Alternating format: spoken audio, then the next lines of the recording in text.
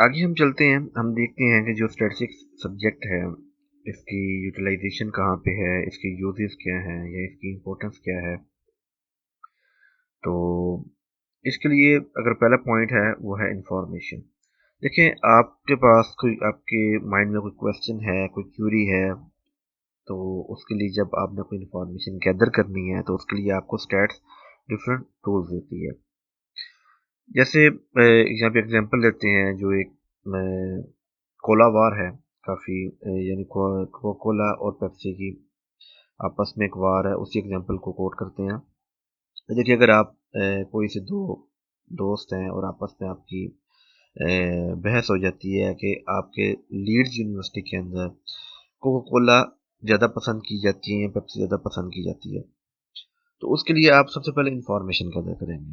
Information gather करने के different way हैं, या तो आप डिफरेंट स्टूडेंट्स हैं उनसे जाके क्वेश्चन कर लेंगे, या आप अपने कैफेटेरिया में चले जाएंगे। आप कैफेटेरिया में जाके जो कैफेटेरिया का ऑनर है उससे आप एक दिन का डाटा ले लेंगे कि भाई आपके पास जो सेल की जो आपके पास आज की जो सेल है उसका डाटा हमें दे दें। वहाँ से आपको आइडिया हो जाएगा कि वहाँ पे पेप्सी की ज़्यादा सेल हुई है, कोक की ज़्यादा सेल हुई है। या फिर एक दूसरा मेथड है कि आप कैफेटेरिया में बैठ जाएंगे, आप 1 घंटा 2 घंटा 3 घंटे बैठ के ऑब्जर्व करेंगे कि जो स्टूडेंट्स आ रहे हैं वो कोक बाय कर रहे हैं या पेप्सी बाय कर रहे हैं। तो अगर उस दौरान अगर कोई 50 स्टूडेंट्स आए हैं और उसमें से 40 ने कोक बाय की है और 10 ने पेप्सी बाय की है, तो वो आपको एक इंफॉर्मेशन मिल जाएगी कि यहाँ पे क्या है, कोका कोला को ज़्यादा पसंद किया जाता है। तो इस तरह कोई भी आपका क्वेश्चन है उससे रिलेटेड जब आपको आंसर चाहिए होता है, तो आप ग्राउंड पे जाके वहाँ से इंफॉर्मेशन गैदर करते हैं। वो क्वेश्चन की सूरत में भी हो सकती है, वो आपके ऑब्जर्वेशन भी हो सकती है। सेकंड वन है एक्सप्लेनेशन। देखिए, एक्सप्लेनेशन क्या है कि आपके पास जो क्वेश्चन था, आपने उसको जो इन्फॉर्मेशन ले ली है, अब आपने उसको एक्सप्लेन करना है। एक्सप्लेनेशन क्या है कि आपके पास 50 स्टूडेंट्स ने अगर कोला बाय की है और उसमें से 40 ने कोका कोला बाय की है और 10 ने पेप्सी बाय की है, तो आप एक्सप्लेन कर सकते हैं कि इस आपका जो डाटा है उसके अंदर तकरीबन 80% जो स्टूडेंट्स हैं उनको कोका कोला पसंद है और 20% को पेप्सी पसंद है। या आप ये एक्सप्लेन कर सकते हैं कि ज़्यादा स्टूडेंट्स को कोका कोला पसंद है और बहुत कम को पेप्सी पसंद है। इसी तरह जो थर्ड वन है जस्टिफिकेशन।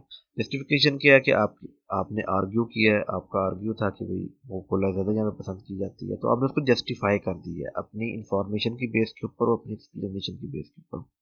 इसी तरह अगर कोई कहता है कि नेक्स्ट वीक के अंदर बारिश होगी, तो वो क्या करता है, वो बारिश होगी स्टेटमेंट एक देता है और फिर उसको जस्टिफाई करता है उसकी स्टेट्स के साथ कि 80% चांस है कि बारिश होगी। यानी इस तरह की जो इन्वायरमेंट है उसके ऊपर जो जैसे आपके मोबाइल में ऐप्स हैं वो आपको बता रही होती हैं कि कल टेम्परेचर क्या रहेगा या कल बारिश होने का इम्कान है। तो तमाम वो एक उसकी जो प्रीवियस डाटा है उसके ऊपर लाई कर रहे होते हैं।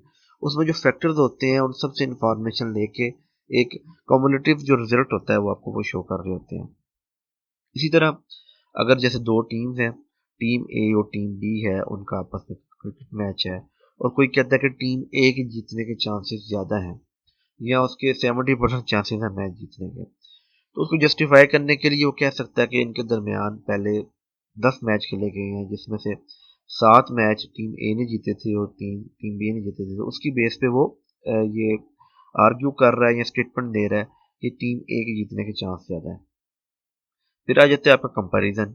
अब कंपैरिजन ये है कि अगर आपके पास कोई से दो प्रोडक्ट्स हैं, आपके पास कोई A B C D 4 toothpaste हैं, तो आप उनका कंपैरिजन कर सकते हैं कि कौन सा टूथपेस्ट जो है वो ज़्यादा पसंद किया जाता है। या फिर अगर आपके पास कोई से 4 एनर्जी सेवर हैं और आप उन पे एक्सपेरिमेंट करते हैं कि किसकी लाइफ ज़्यादा है, तो आप उसकी बेस पे जो इंफॉर्मेशन गैदर करते हैं उसको जब आप कंपैरिजन करते हैं तो वो आप कोई एक प्रोडक्ट को आप चूज कर सकते हैं। जो फिफ्थ वन है वो है हमारे पास प्रोडिक्शन ऑफ डिसीजन। देखिए, स्टेट्स को प्रोडिक्शन के लिए या फोरकास्टिंग के लिए भी यूज़ किया जाता है और ये आपके डिसीजन के ऊपर काफ़ी इसका इन्फ्लुएंस होता है। जैसे पहले एग्जांपल कोट की गई है कि अगर क्रिकेट मैच है और टीम ए और टीम बी आपस में खेल रहे हैं, तो अगर टीम ए ने ज़्यादा मैच जीते हुए हैं तो उसकी बेस पे आप प्रेडिक्ट कर सकते हैं कि टीम ए आज मैच जीतेगी।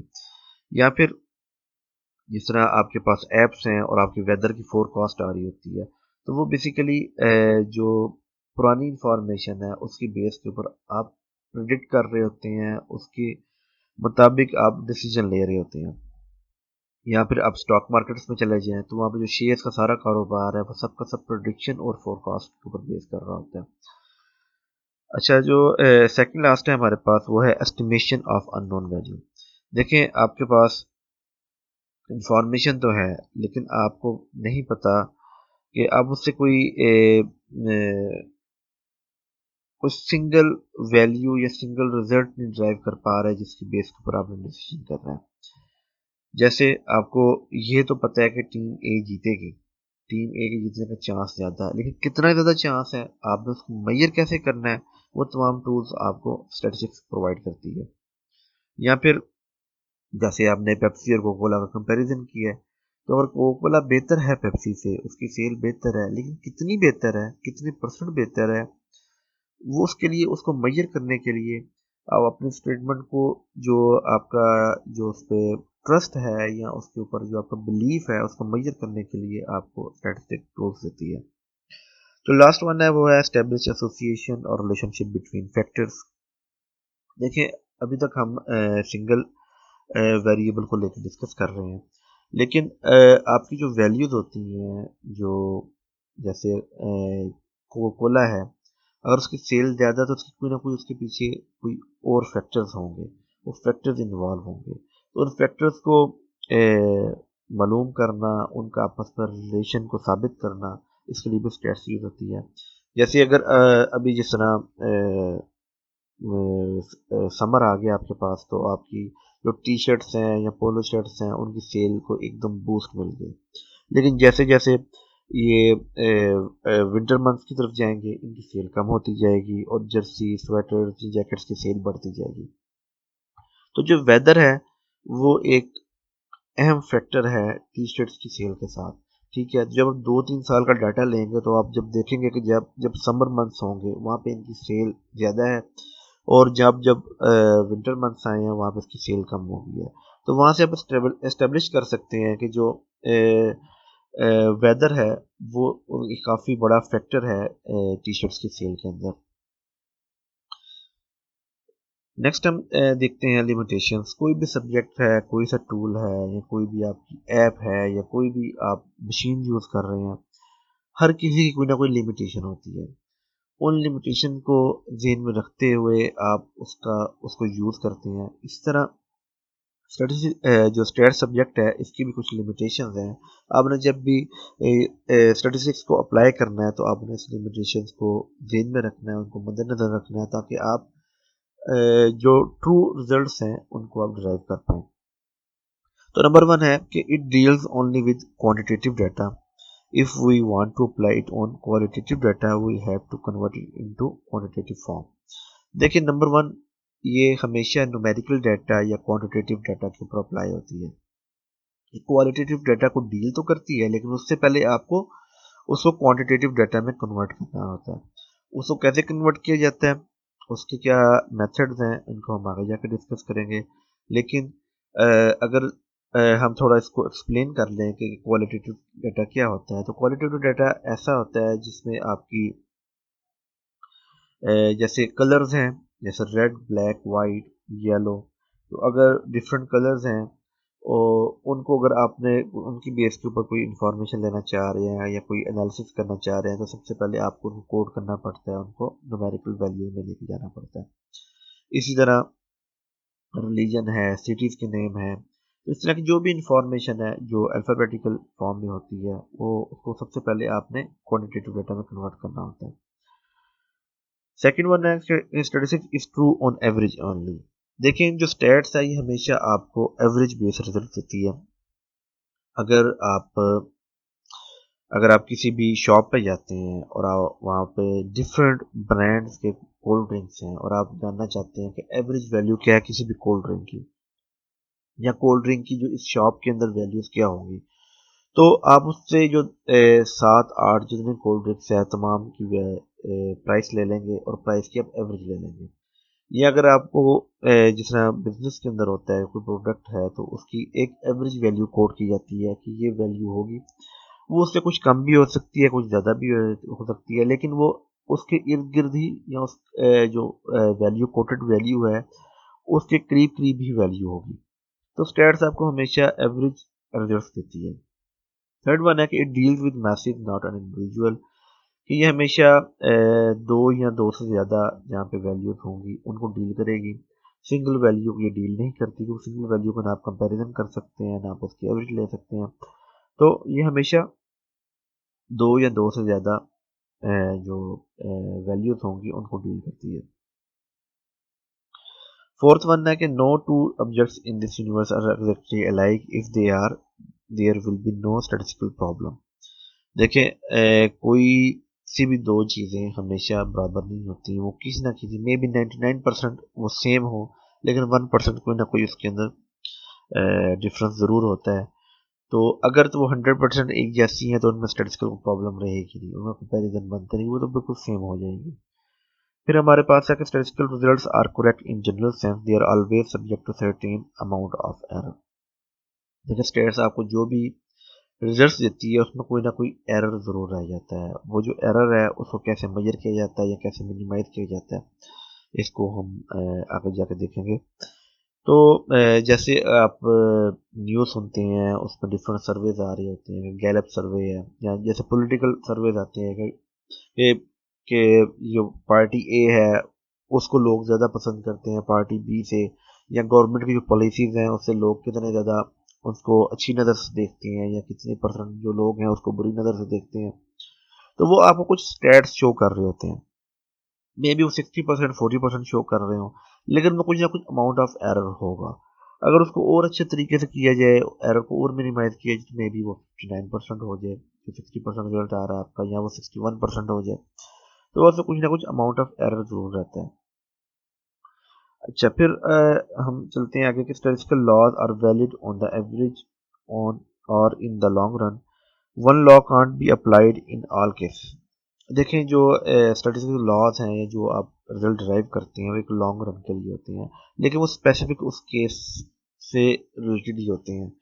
अलग केस में उनका आपका जो बिहेवियर है, जो आपका जो क्वेश्चन है, क्यूरी है, उसका जो रिजल्ट है वो चेंज आएगा। जैसे देखिए अगर आप किसी ऐसे शॉप में गए हैं जो किसी एवरेज इकोनॉमी को टारगेट कर रही है, वहाँ पे जो ब्रांड्स पड़े होंगे वो एवरेज इकॉनमी को टारगेट करने के लिए रखे गए होंगे, उनकी प्राइस ब्रैकेट और होगी। लेकिन अगर आप एक और शॉप पे चले गए हैं जो किसी एक्सपेंसिव एरिया के अंदर है, तो वहाँ पे जो ब्रांड्स होंगे वो एक्सपेंसिव कम्युनिटी को टारगेट करने के लिए होंगे। तो मे बी जो कोल्ड ड्रिंक की जो एवरेज वैल्यू आपको जो नॉर्मल शॉप से मिले वो उस एवरेज वैल्यू से चेंज हो जो किसी एक्सपेंसिव एरिया के अंदर शॉप बनी हुई है। तो इस वजह से केस टू केस आपकी जो वैल्यूज हैं वो डिफर करती हैं। नेक्स्ट है हमारे पास कि statistical results can be misused in many ways. देखिए स्टैटिस्टिकल रिजल्ट्स को गलत भी यूज़ किया जा सकता है। जैसे आपको बताया कि पॉलिटिकल पार्टीज हैं ये अपने जो स्टैट्स के जो अपने सर्वेज हैं उनको मिसलीड करने के लिए भी करती हैं। या जैसे ट्विटर के ऊपर आपने डिफरेंट सर्विस देखे होंगे, फेसबुक के ऊपर सर्विस देखे होंगे, तो वहाँ पे जो क्वेश्चन किया जाता है, जो पर्सन क्वेश्चन करता है उसको वही लोग फॉलो कर रहे होते हैं जो उसकी थिंकिंग के करीब करीब होते हैं। तो इस वजह से वो जैसा रिजल्ट चाहता है वैसा रिजल्ट वो वहाँ से शो करवा सकता है, क्योंकि उसको ऐसे लोग जो मे बी उस प्रॉब्लम से टच हों लेकिन उसकी थिंकिंग से इन्फ्लुएंस नहीं करते या उसकी थिंकिंग को नहीं मानते, वो उसको फॉलो नहीं करते, उनको उसके सर्वे का पता ही नहीं चलेगा, वो उस पर कॉन्ट्रीब्यूट ही नहीं कर पाएंगे। तो इस तरह या फिर आपके पास डाटा है, इंफॉर्मेशन है, डाटा तो आपने सही कलेक्ट कर लिया लेकिन आपने सही टूल अप्लाई नहीं किया स्टैट्स का। तो सही टूल जो अप्लाई नहीं किया, यानी आपके पास मुकम्मल इंफॉर्मेशन नहीं है यहाँ पे कौन सा टूल अप्लाई होना चाहिए, तो उस तरह जो रिजल्ट्स आएंगे वो आपको मिसलीड भी कर सकते हैं और वो उसको मिसयूज भी किया जा सकता है। तो सेकंड लास्ट है हमारे पास कि statistical can be mislead sorry, second last है, हाँ, statistics can be misleading and incorrect. ठीक है, जो आपके हो गया कि अगर गलत टूल अप्लाई करते हैं तो आपको मिसलीड कर सकती है। तो लास्ट वन है, it is not a panacea to all sort of problems, कि ये तमाम प्रॉब्लम्स का सलूशन नहीं है।